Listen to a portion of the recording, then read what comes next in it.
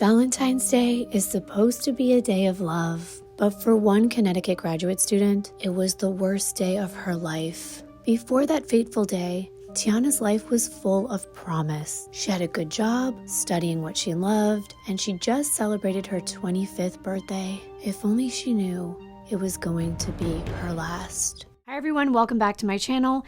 If you've never been here before, I am Kimbyrleigha.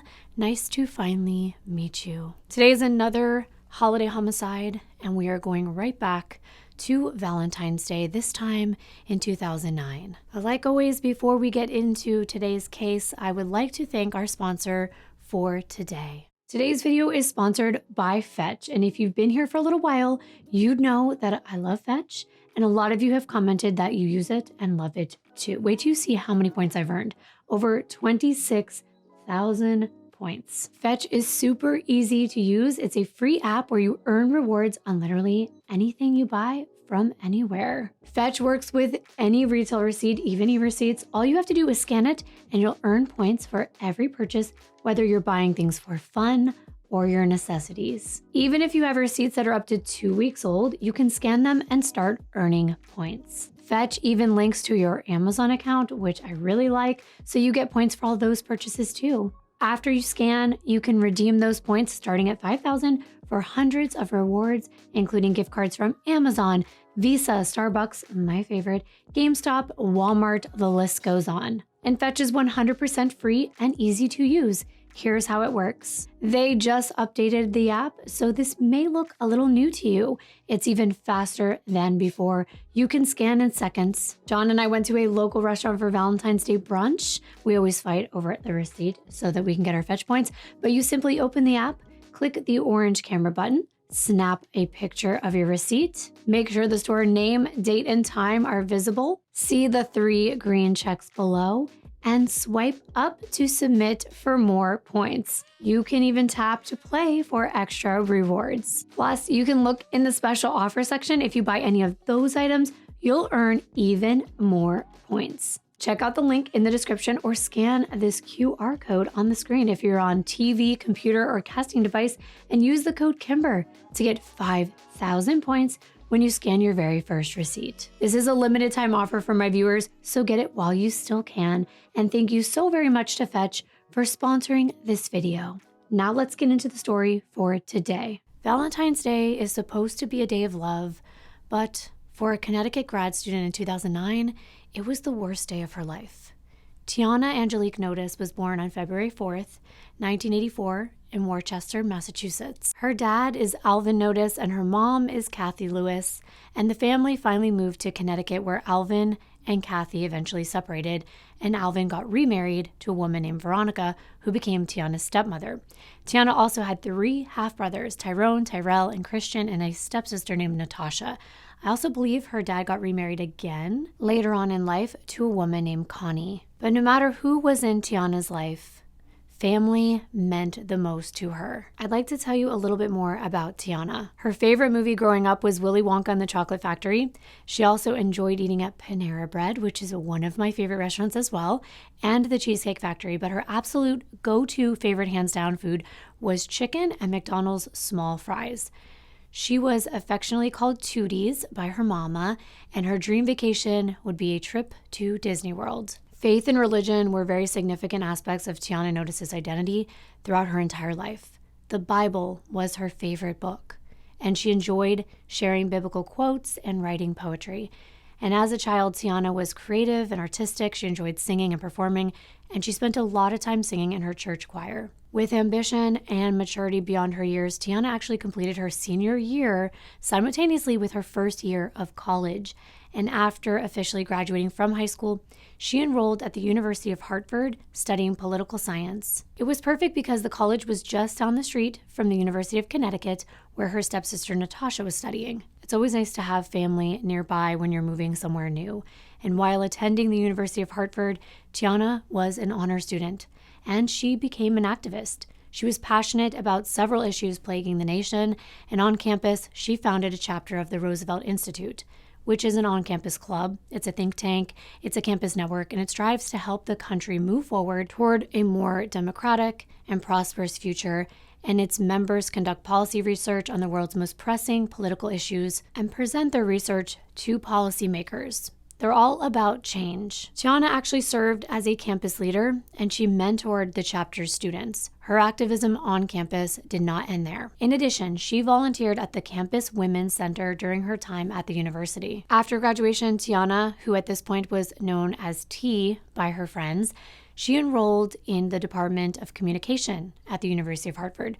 She was studying to get a master's degree in communication, public policy, and paralegal studies. She was also working part-time as a paralegal, and she was a member of the Legal Review in Connecticut, spending time doing pro bono work, helping those who couldn't afford legal services. She won awards for her time and dedication to this cause.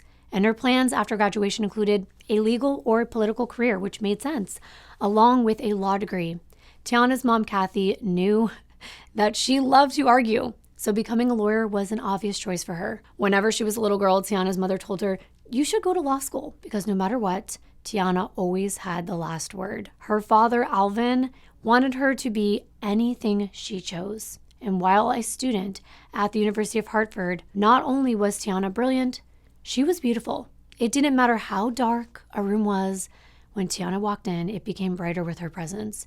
She had the whitest, brightest, most prettiest smile. Tiana was generous, and she had an excellent sense of humor. Throughout her life, Tiana was able to accomplish anything that she set forth to do. Tiana had many friends. She had a great job, a supportive family. She was studying what she loved. She had a lot to be grateful for. Someone that was looking from the outside in would think that Tiana had it all. However, there was something missing from Tiana's life, and that was romance. In 2007, social media was gaining popularity, and MySpace was #1. So the 23-year-old Tiana and her best friend, Anna Petrisky, were among the millions of young people using the website. And one afternoon, Tiana received a MySpace message from a handsome man named James Carter Jr., and she wasn't interested in meeting anyone or getting into a relationship, especially because she did not know who this guy was. But that's how social media works. Strangers can become friends and even more. So they started to exchange messages back and forth, and the more they did, the more Tiana realized they did have a lot in common. James seemed to be a catch to Tiana. She thought he was very desirable. He was 27, working in the insurance industry, and he was attractive. And James took an interest in Tiana. Anna, Tiana's best friend, was urging her to pursue something with James, especially since she had just recently ended a relationship with her boyfriend of 5 years, Robert Dennis. Tiana had been struggling for a while. Before their breakup, Robert and Tiana had been college sweethearts. And during a conversation with Tiana, he confided in her that he was struggling with mental health issues, and he felt that he needed to return home to Virginia with his parents with a goal to get better and finish his degree. But that meant that the pair would be apart. Tiana was busy with grad school at the time, so she figured, you know what, she would fill her time with that, but she was still heartbroken about the breakup. She was assuming that she would marry Robert one day. Since Robert and Tiana had been in a relationship for so long and they were still so young, they decided it would probably be good to take a break and maybe date other people, hoping that someday, if their love was strong enough, they would be reunited. And even though Robert and Tiana were no longer in a romantic relationship, they remained close friends and they would check up on each other regularly. But finally, Tiana gave in and she decided to go on a date with James. The two of them met at a diner and they hit it off right away. Tiana told Anna that she liked James a lot, and he was even nicer and more handsome in person than he was on MySpace. And according to Tiana, James told her he was a college graduate, he owned a home, and he was a manager at Aetna, which is a major insurance company in the Hartford, Connecticut area. While James said that he had no children, he told Tiana he was definitely open to having them once he found the right girl to settle down with for life. And this was exactly how Tiana felt as well.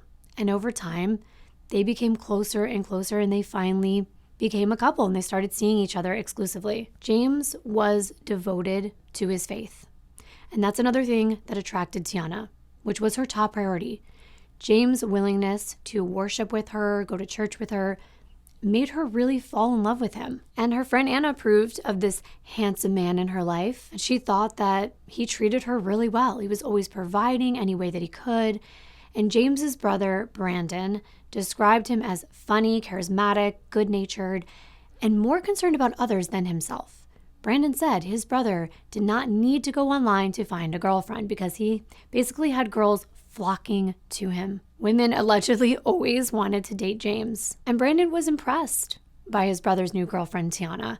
When him and his family were introduced to her, Brandon thought that she was beautiful, smart, driven, and unlike any other girl James had ever dated. Everyone in his family actually laughed when he brought Tiana home. He's like, yes, finally, you've got a normal one. He must have brought home some pretty interesting people before her. James was generous. He even added Tiana to his phone plan, and he would contribute to their expenses. He noticed one day that Tiana's car tires were worn down, and he offered to buy her new ones. And at first, Tiana was uneasy about it. She didn't want someone else paying for the things that she knew she should be working for, but he explained that he wanted to make sure she was safe when she's traveling a lot between grad school, her job, and home, and it made sense to her, so she let him do it. He was a caring guy and her boyfriend at the time. But then he suddenly offered her something a little bit shocking. It was a proposal for her to stop working, stop going to grad school, and instead she could stay home while he worked and supported them. Tiana's response was absolutely not. She was driven and independent, and she had goals. There was no way she was going to let a man just take care of her. She enjoyed what she did, and she wanted to follow her dreams. It was a very nice gesture, and she appreciated it a lot, but it just wasn't her thing. But just 6 months later, Tiana found out that James was keeping a huge secret from her, and this definitely put a strain on their relationship. Tiana discovered that James had lied about not having a child.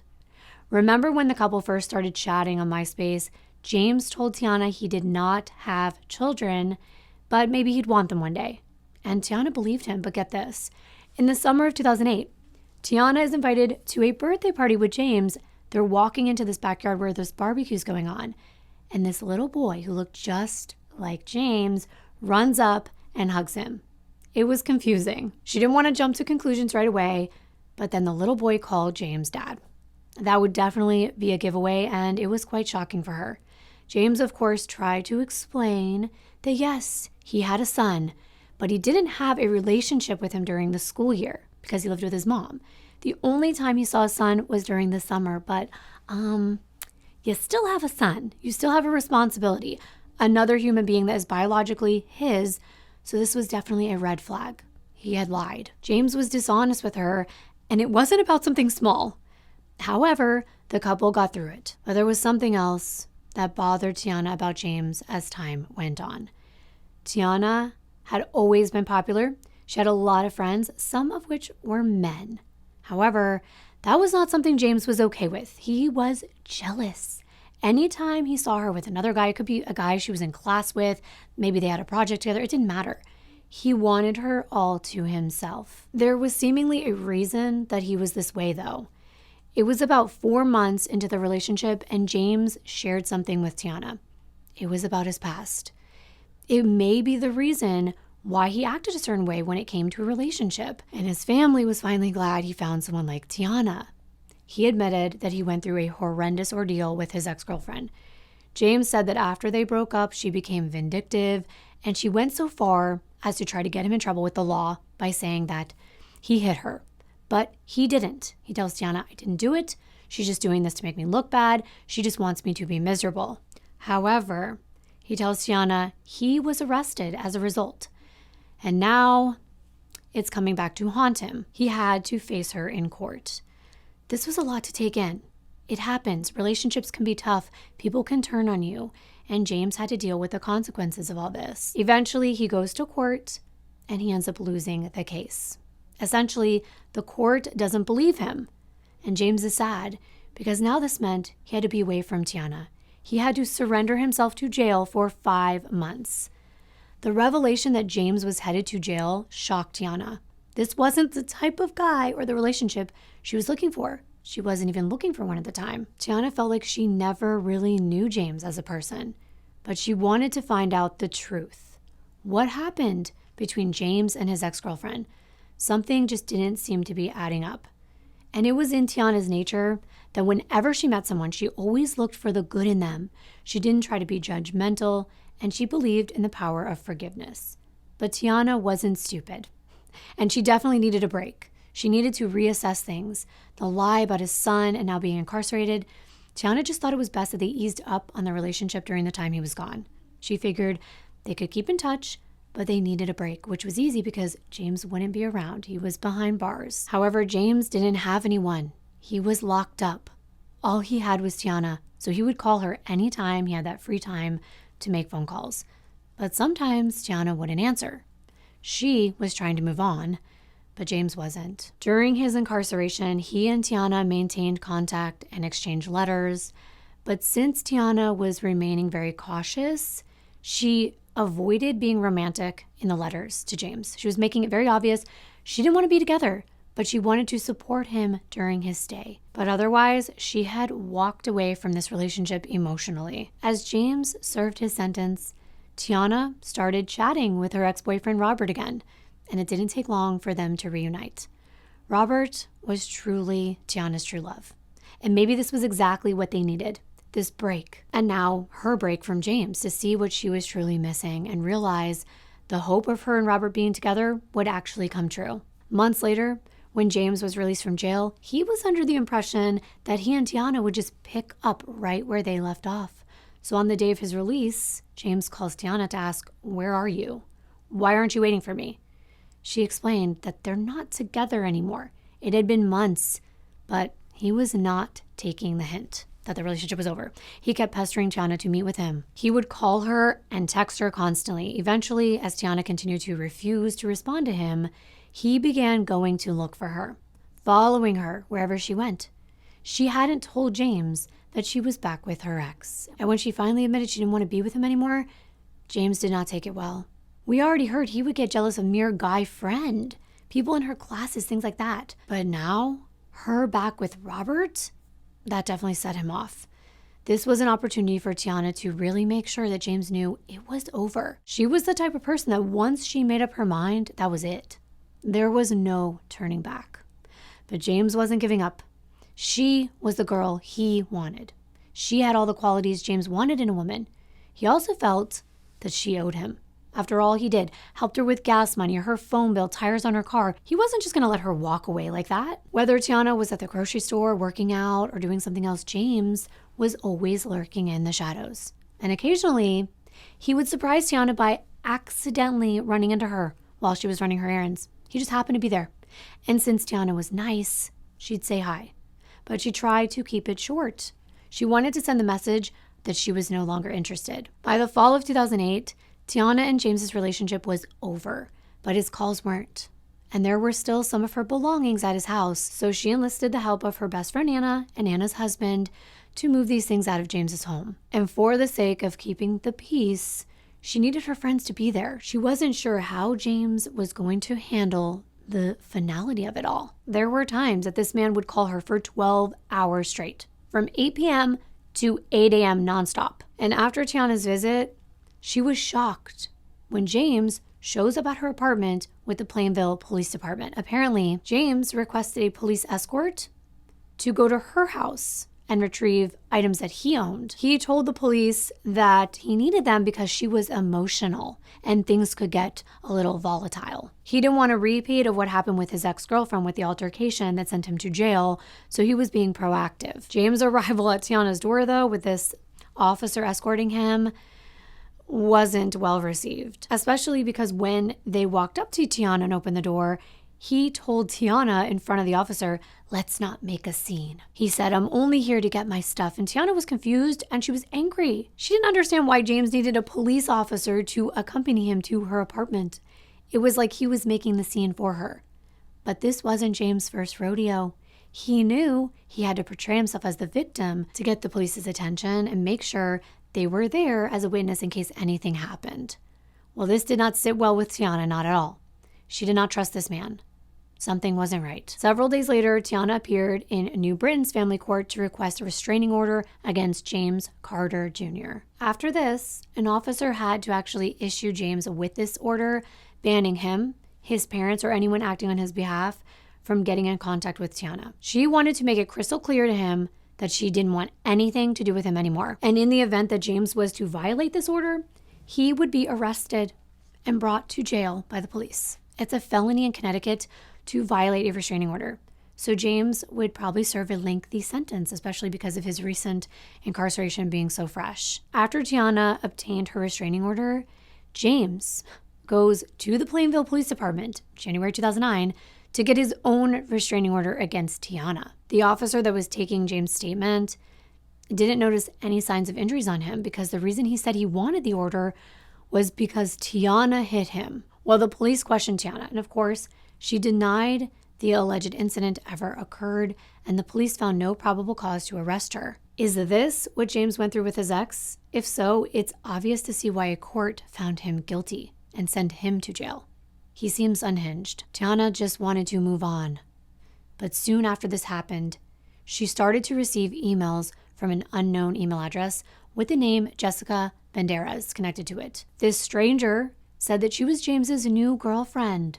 And she was mad at Tiana because apparently this Jessica girl was under the impression that Tiana still wanted her man. So this woman, James's girlfriend, wrote in one of her emails, quote, "Tiana, you need to leave my man alone.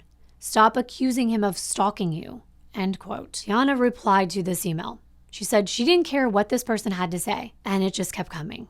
She receives another email saying, "I'm emailing you because why put out a restraining order against James when he wants nothing to do with you?" This person was trying to get to Tiana, and it was getting to Tiana. She responded with, "You shouldn't be emailing me." She was warning this person that she had a restraining order against James, but the woman responded by saying, "I'm not on your restraining order. What's your problem?" And Tiana went on to explain further that, yes, you're indeed on this restraining order because you're a third party contacting me on James's behalf. Well, Jessica didn't seem to like that response, and she wrote that you will have nothing but bad luck. You hear me? Remember this email when karma finally bites you in the ass. Obviously, this is an attempt to intimidate and to threaten Tiana, which worked because she was worried, paranoid even. And 2 days later, she continues to receive these taunting emails from Jessica. The messages that she was getting were disturbing. There were things like, "Be prepared. If you aren't already suffering, coward. P.S. You've seen me before in person and on the phone." So now Tiana is on edge. She's checking the windows. She's making sure her doors are locked. She's not feeling very safe even in her own apartment. So on January 13, 2009, Tiana called the Plainville Police Department to report that James had violated the restraining order. She explained how she's receiving these emails from this woman who claims to be James's new girlfriend, someone that Tiana had never heard of before. The officer tells Tiana that they could make an arrest if she could prove that James actually had this girl send the message. Well, this is frustrating because Tiana's like, well, of course. Who else would do this? It's him that's forcing this girl to write me messages because I have no idea who this Jessica Banderas is.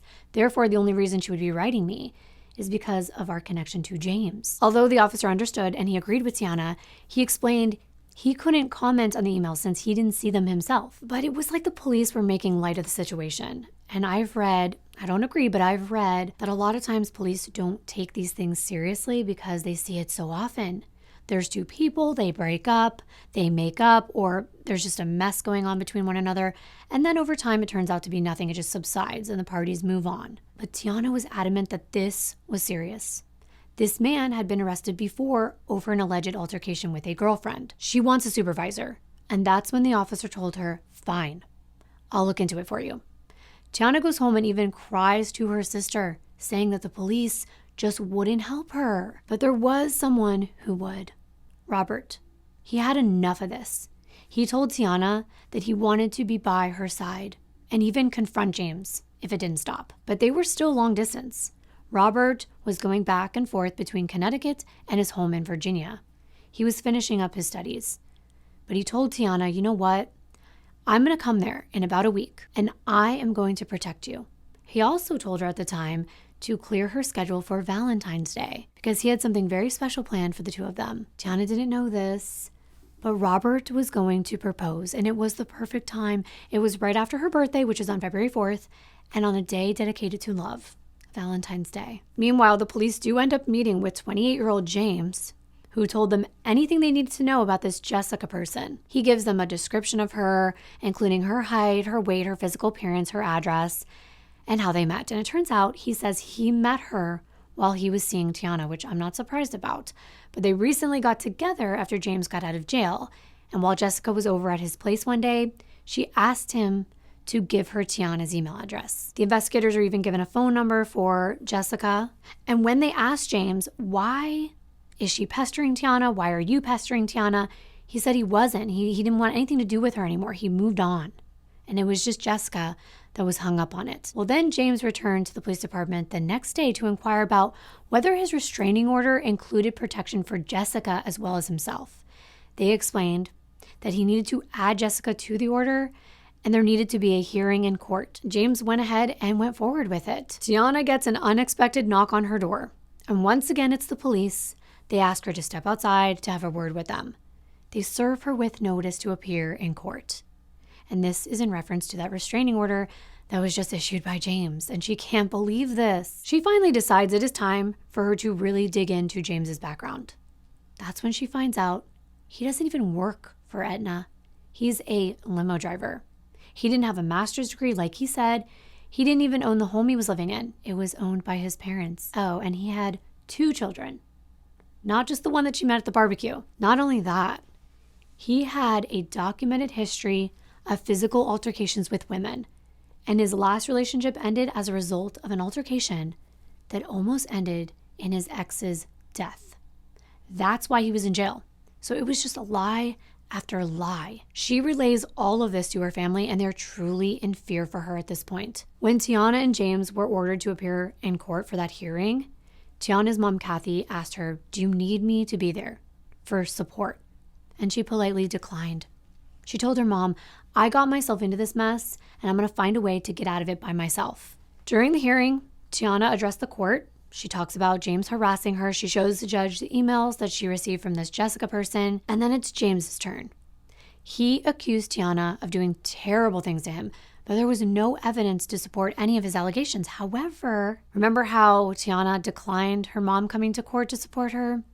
Well, James's mom was there, and she testified on his behalf. She claimed that her son told her that Tiana had hit him, but she didn't see it herself. So obviously he could be making it up. And Tiana knew he was. That was the most frustrating part of all this. Tiana knew James was lying. Finally, the judge just asked them both, "Look, do you intend to get back together?" And they said no. So the judge issued a 6-month restraining order on both parties. And finally, everything seemed to be resolved. However, the situation was still a little murky because both James and Tiana had restraining orders. Because James and Tiana both had restraining orders, the officers didn't really know who the aggressor was. And I'm no expert in all this, but I have been told that it's best not to respond. When someone that you have this restraining order is harassing you or doing things to you, it's best to just be silent. But remember, Tiana would write back to Jessica.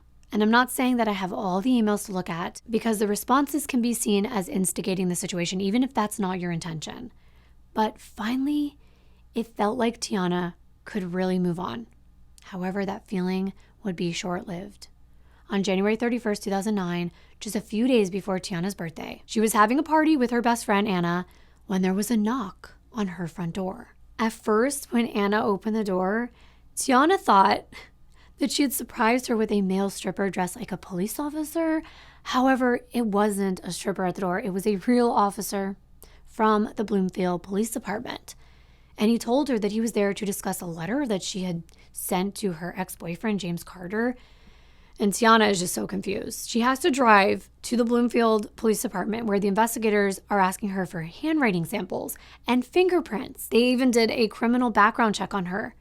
And throughout this entire time that she's being questioned by the police, Tiana is denying ever sending any letters. She's like, "What are you talking about?" They tell her that day, James walks in.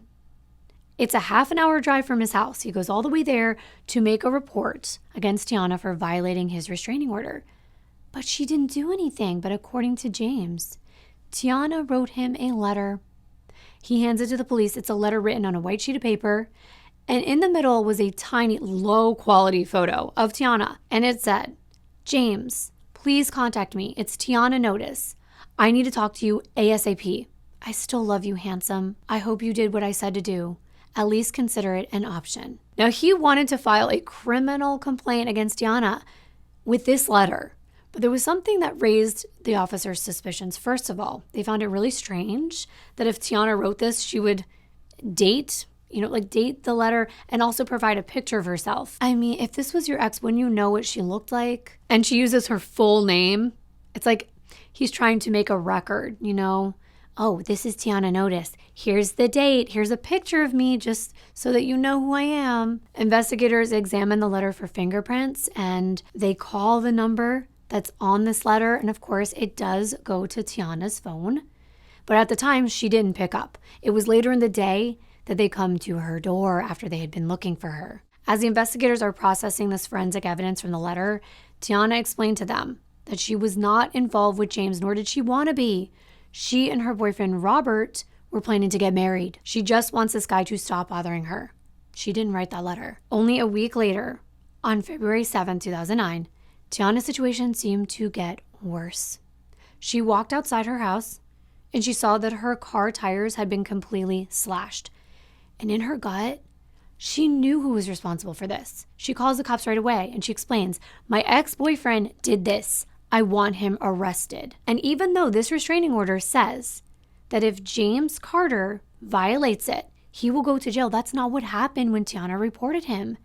Instead, the Plainville Police Department asked her to prove that the tires were slashed by James. Without concrete evidence, the investigators told her there's nothing they can do to help her. It blows my mind because what is the use of a restraining order if they don't do anything? But let's move on and let's hear what happens next.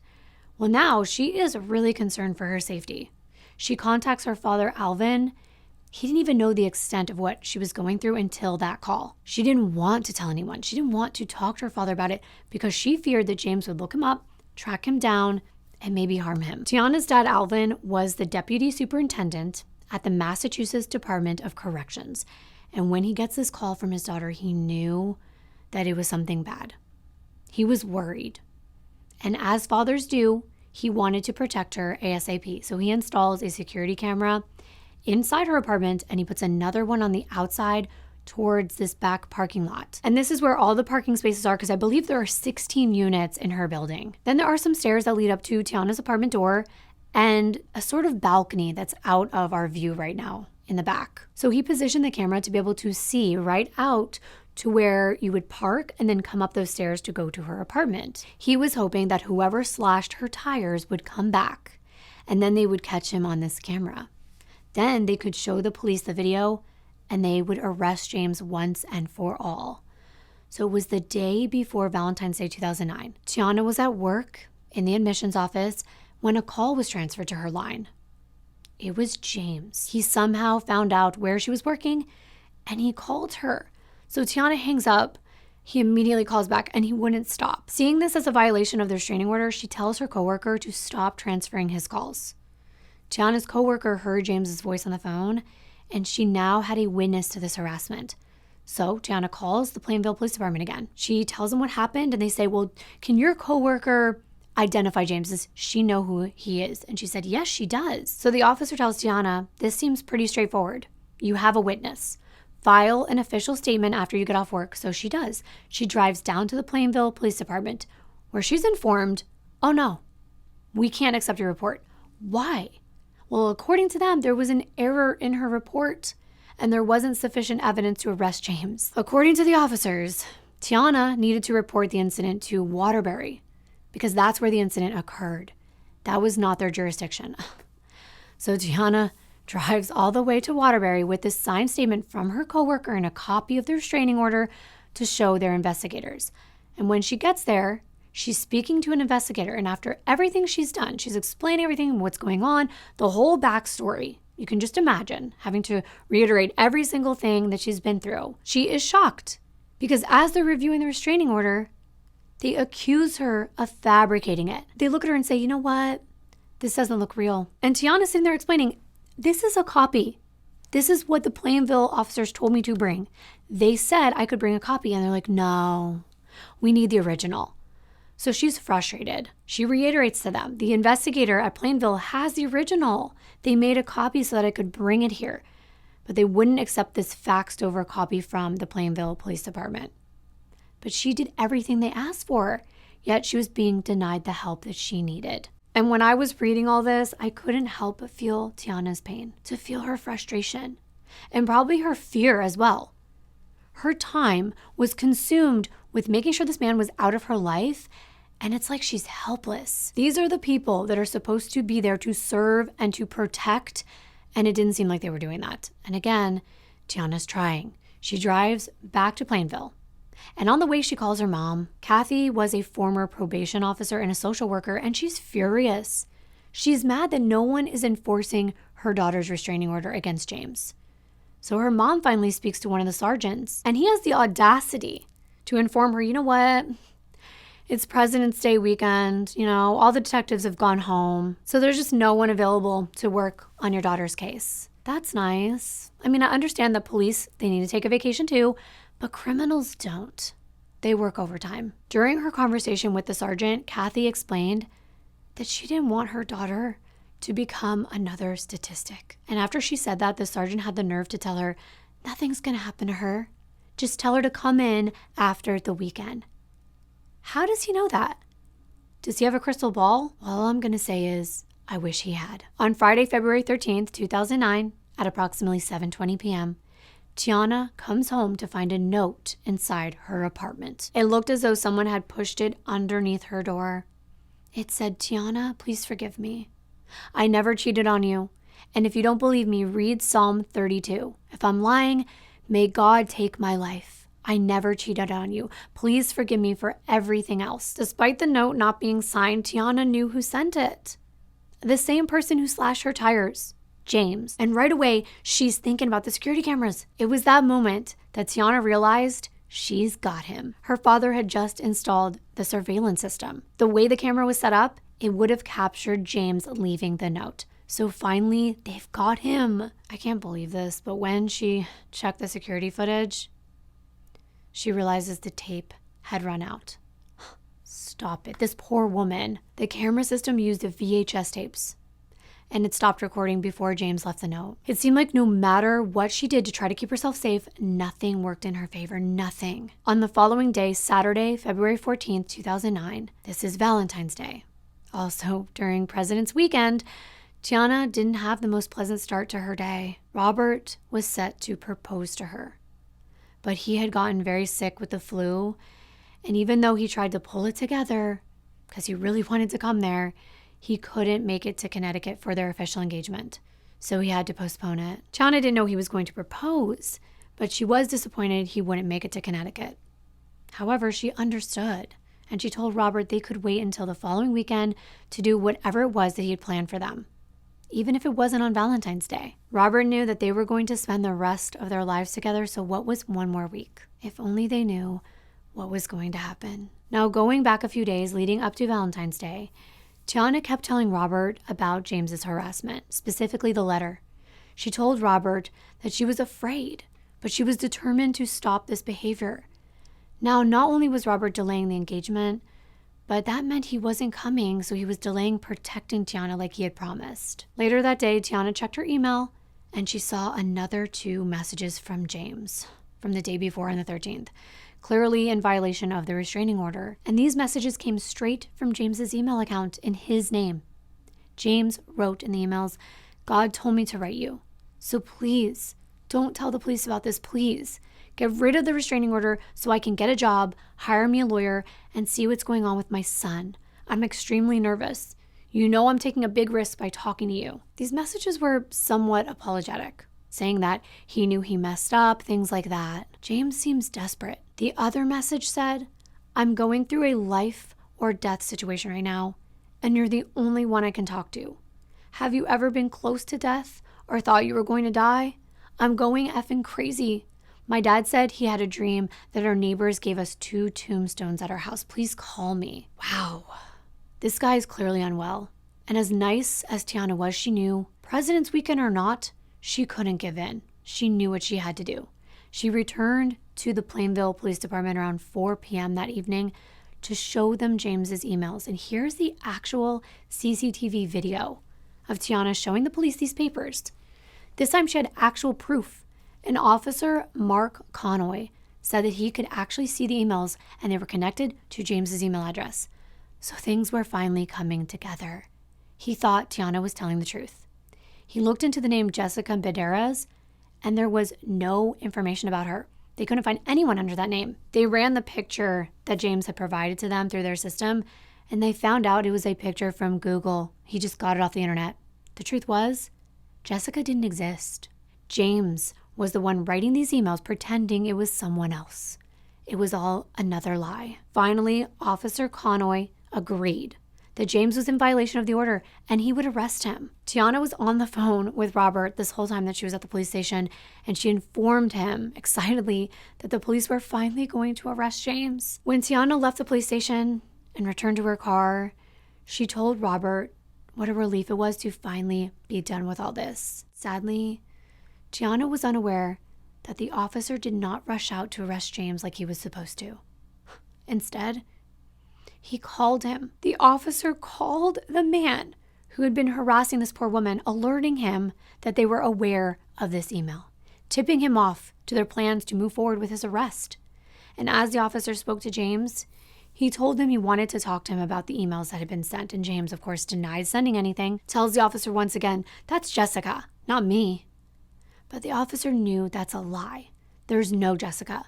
But according to James, Jessica had access to his email address. And it must have been Jessica that's in contact with Tiana, because he and Tiana have a restraining order against one another, and he's not allowed to send her anything. The officer informed James that they were going to have to investigate this further, and if it was found out that he had violated the restraining order, they were going to arrest him. It was just a matter of time. James told him, quote, "I would never violate the restraining order.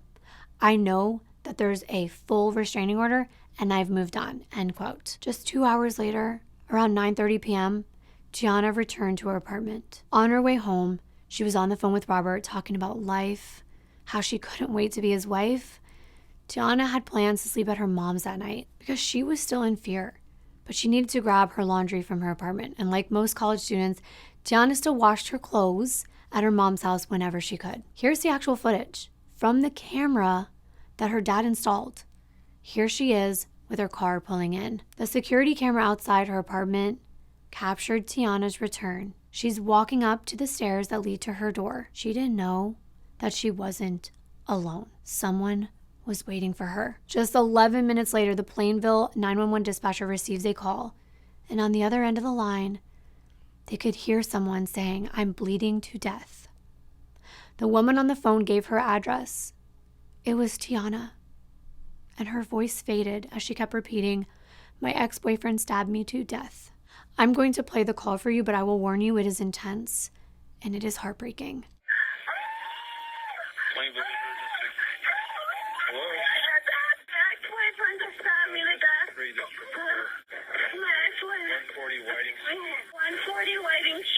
Tiana Notice. Oh, yeah. Call me. Where are you? 140 Whiting Street on the balcony. I'm bleeding to death. 140 Whiting? I'm bleeding to death, yes. 140, stay on the phone with me. Tiana's screams alerted her neighbor, who ran up to help her and caught a glimpse of a black PT Cruiser speeding away from the parking lot. The neighbor ran over, and she was trying to assist Tiana, who was laying on the ground. And if you listen closely, you can hear the neighbor talking to Tiana on the 911 call, telling her, "You're not going to die," as Tiana keeps saying that she is. And Tiana began to pray. You're not going to die. You're not going to die. You're not going to die. I'll be okay. And although she was still breathing, after a while, she wasn't able to speak anymore. The 911 operator just kept asking, "Are you okay?" But she didn't answer him. In a matter of minutes, an ambulance arrived outside Tiana's apartment. You can see them pull up on the surveillance video. And then she can be seen on a stretcher being ushered to the ambulance. They rushed her to Hartford Hospital. One of Tiana's neighbors informed Tiana's mother that she had been attacked and was on her way to the hospital. While Tiana underwent emergency surgery, James Carter Jr. was on the run. Around midnight, Alvin Notice and Kathy Lewis arrived at Hartford Hospital. When Kathy told the receptionist at the desk who they were there to see, she saw the woman's face, and she knew that the news was going to be bad. The surgeon walked out of the operating room, and he was just pale. He pulls them aside, and he informs them that Tiana lost a lot of blood. They did everything they could to help her. They even opened up her chest and massaged her heart, but they could not bring her back. Alvin was the one who had to identify his daughter's body. She was covered in wounds. Her parents gave the name James Carter to the police, saying they knew he was the one that did this to their daughter. All they had to do was pull that security footage from Tiana's house and they'd see. It's true. The security footage did catch someone. You can see Tiana's clearly running before she had a chance to get to her door. And right after we see her head on camera, you can see someone else's head, but you can't see their face or their body as they're chasing after her. Tiana never made it inside her apartment. She fell on that porch deck behind the building, landing on her back, screaming and screaming for help. And those screams were captured on her security footage. But then you can see this, a man running back across the screen.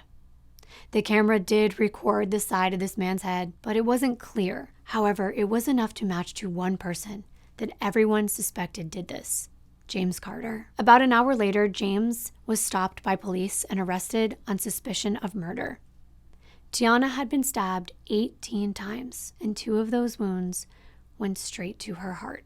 When people were being questioned about what they knew, James's brother Brandon told police that James called him a number of times on the night of the murder, but he missed the calls. When he finally answered, he asked Brandon who he lived with, if the cops had gotten there yet. Brandon was confused and he asked why, and that's when Brandon's girlfriend also overheard James say, "I stabbed T." Brandon could not believe it. He was like, for what? Why? The only thing he could think was that his brother had lost his mind. James was charged with Tiana's murder and violating the restraining order. In a statement following James Carter's arraignment, Alvin Notice said, "My goal is to bring light to females in general. She did everything right, and the system failed her." James's bail was set at $3 million. James had a history of violence. He was convicted of battery in Rhode Island in 2002. As a word traveled about what happened to Tiana, the University of Hartford held a memorial service for her. It was at the Alumni Plaza.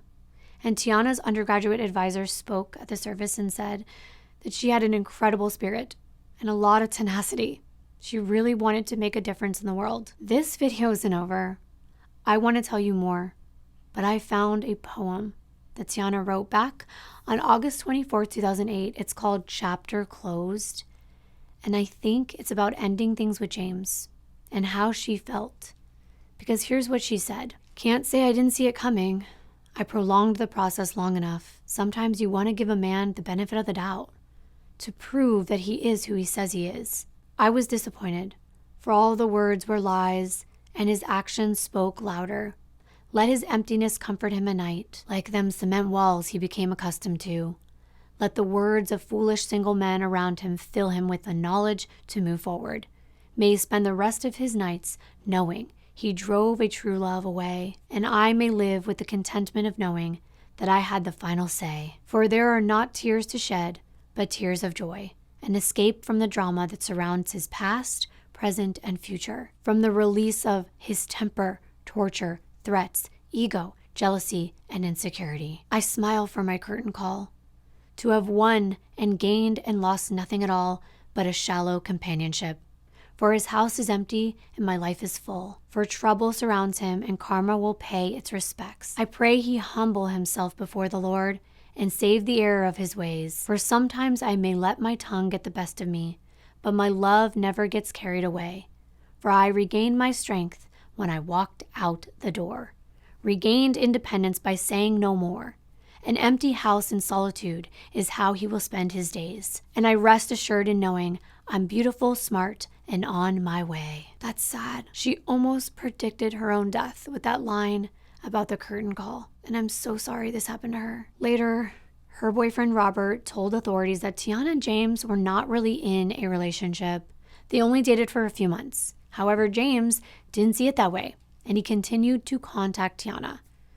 Their relationship wasn't even that serious, but James felt differently. Tiana did everything she was supposed to do. She changed her email address, her phone number, and everything except move because she didn't want to give up the life that she had because of a man threatening her. She didn't want to give him what he wanted, but she definitely paid the ultimate price. In March of 2009, the court released documents related to Tiana's case, including the surveillance camera footage from the camera that her dad installed. Now, they await the trial. As I was doing my research, I came across an article. It's from Helen Ubinas from the Hartford Courant. She was comparing the media coverage of Tiana's murder to that of 21-year-old Johanna Emily Justin Janich's murder. She was another victim of a crime involving stalking and harassment. Johanna was in her third year of college. She went to Wesleyan University, also in Connecticut at the time of her murder on May 6, 2009, which was just under 3 months after Tiana's. Johanna was shot to death at the school bookstore by her stalker, Stephen P. Morgan. Johanna had also filed complaints about the harassment, all the unwanted calls and emails that were being sent. And despite similar circumstances, Tiana's murder received less attention in the media than Johanna's, who was Caucasian. So Helen pointed out that Johanna definitely deserved the attention she received, but asked why certain deaths are more significant than others, or seemingly so, right? And we see this, we definitely do. I think one of the most recent cases was that of Gabby Petito. That one was highly publicized. I think it was one of the biggest ones I'd seen in a while. So in Helen's article, she said that the lives and the deaths of women of color like Tiana barely get mentioned in the media, as opposed to murders of white women, which tend to receive much more coverage. And I have to say, as someone who researches cases, when I do try to find information about a victim who is a person of color, I have a very hard time. I scour newspaper articles, I go to the past, all the media, the news reports, and I can say, it might be anecdotal, but I have a hard time finding those reports. And it might be because there isn't as much media coverage in those cases. An anti-domestic crimes rally was held outside the state capitol building in February of 2010 in memory of Tiana and other victims of these types of crimes. Love shouldn't hurt and leave the loser were among signs that were carried in the crowd. Alvin organized this rally, and he worked with Connecticut lawmakers to tighten the laws regarding these situations. He spoke at local schools about domestic situations at home, and in one of these speeches, a child told Alvin he thought it was okay to hit women because his father beat his mom every night. And that's just sad. Other advocates, including Alvin Notice, held a press conference at the Legislative Office Building on April 31st, 2009 to push several bills forward. And as a result, a task force was formed to develop better ways to respond to domestic disputes in the state. There were 3 bills that were proposed, including one with GPS programs for high-risk offenders. In 2010, the Office of the Victim Advocate released a 28-page document, and it explained all of the problems and all the errors that were made leading up to Tiana's murder. The report made recommendations to the police department and the court on how to improve the safety and treatment of victims of domestic situations. Tell me what you think of this. These are some of the recommendations. As long as probable cause exists, make arrests without a warrant to people who violate no-contact orders. More training should be provided for police officers and judges on these domestic situations, and make sure judges have access to the criminal history of an alleged offender. I didn't read them all, but each of the recommendations listed in that document resulted from a misstep in Tiana's case. But the Plainville Police Chief, Matthew Catania, he released a written statement after the release of this report. And he said the department believes the individual Plainville police officers referenced in the report and the department as a whole acted in accord with sound judgment consistent with the prevailing law. What do you think? Following the death of his daughter, Alvin devoted all of his free time to installing cameras at the homes of women who were involved in domestic situations. Alvin installed these systems mainly to provide police with proof of the violations of the no-contact orders. And by December 2010, Alvin's cameras helped arrest 2 offenders, one of whom got convicted. In January of 2011, Alvin filed a wrongful death lawsuit against Plainville, Waterbury, and Bloomfield police departments. The suit alleged that despite her pleas for help and the knowledge of the situation, police officers failed to arrest James Carter Jr. for violating the restraining order despite his awareness of the problem. I can't wait to tell you how this turned out. On Valentine's Day 2011, the 2nd anniversary of Tiana's murder, a Hartford hair salon held a fundraiser called Note Your Self-Worth Expose. And at this event, Dr. William Petit talked about his wife and 2 daughters' brutal murders and what became infamous as the Cheshire Murders. He spoke about how society can ensure that victims' rights are protected. And during the event, Alvin gave a speech as well. In regard to James Carter, he ends up rejecting a plea deal that was offered by the prosecution for 45 years in prison instead of going to trial. But no, he wanted the trial. He pleaded not guilty to the charges against him. As the jury selection process for his trial began in 2011, his defense attorney filed 3 motions to suppress evidence regarding statements he made and information regarding clothing that he was wearing at the time of Tiana's murder. In October 2011, James Carter Jr.'s trial began, and one of the officers who responded to Tiana's apartment on Valentine's Day night testified that he saw stab wounds on her arms and her abdomen. He also testified that she was unable to speak when he was there. The defense team tried to prevent the state from presenting that 911 call to the jury, but the judge overruled them. While Tiana's 911 call played in the courtroom, her screams and her last words, "My ex-boyfriend just stabbed me to death," were heard by the jury. And as Alvin listened to Tiana's pleas for help in the courtroom, he struggled to keep his composure. A neighbor of Tiana's testified they found her in a pool of blood, crying and praying. And she was able to tell them it was her ex-boyfriend who stabbed her. An expert in forensic science testified that the blood on James's clothes belonged to Tiana. She said that a DNA profile like that would be found in 1 in 7 billion people.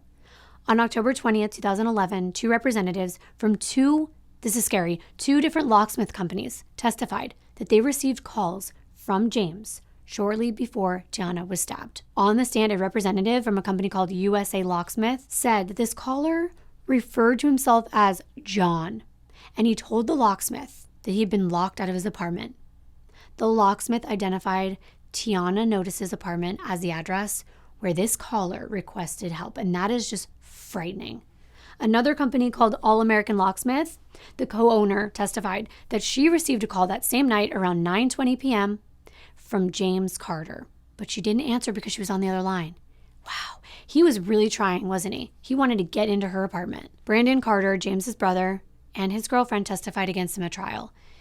In the testimony, Brandon said that his brother confessed, "I stabbed Tiana," shortly after Tiana's murder, and that his girlfriend overheard him on the phone as well, admitting to killing her. As his brother was testifying, he became extremely emotional and had to be escorted out of the courtroom. James wrote 2 letters to the court while he was in prison months after he was arrested for murdering Tiana, and they were read during the trial. He actually expressed his disdain for Tiana in both letters and wrote, "I don't regret what I did." The defense had a forensic psychiatrist who testified that he did not find any indication that Tiana's murder was premeditated. According to him, James was explosive and he was paranoid and he had these uncontrollable episodes of intense rage. He had a disorder called intermittent explosive disorder. Hostility, impulsivity, and recurrent aggressive outbursts were characteristics of this condition. And in his report, the psychiatrist noted that James was unemployed, he was under financial pressure, and that he didn't even remember much about what happened when Tiana died. She was murdered. But as rebuttal evidence, the state presented a letter that James wrote while he was incarcerated in the summer of 2011.